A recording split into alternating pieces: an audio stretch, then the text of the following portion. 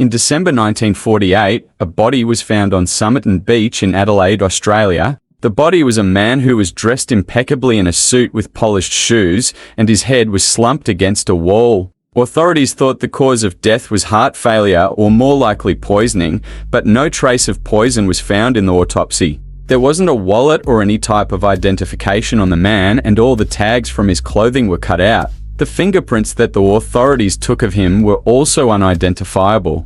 They even put a photo of the body in the newspapers, and still, no one could identify who the man was. 4 months later, after the body was found, detectives found a hidden pocket that was sewn on the inside of his trousers. Inside the pocket was a rolled-up piece of paper from a rare book called the Rub-It. The piece of paper had the words Tamam Shud on it, which means it has ended. After months of looking for the exact book, authorities decide to bury the Somerton man without identification. Although a cast was taken of the bust and he was embalmed to preserve him. 8 months later, a man walked into the police station. He claimed that just after the body was found, he found a copy of the Rub-It in the back of his car that he kept parked near Somerton Beach. He thought nothing of it until he read about the search in a newspaper article. Sure enough, the book had a part of the final page that was torn, and it matched the piece of paper that was found in the Somerton man's trousers. Inside the book were a phone number and some sort of strange code. The phone number led the authorities to a woman named Jessica Thompson who lived nearby.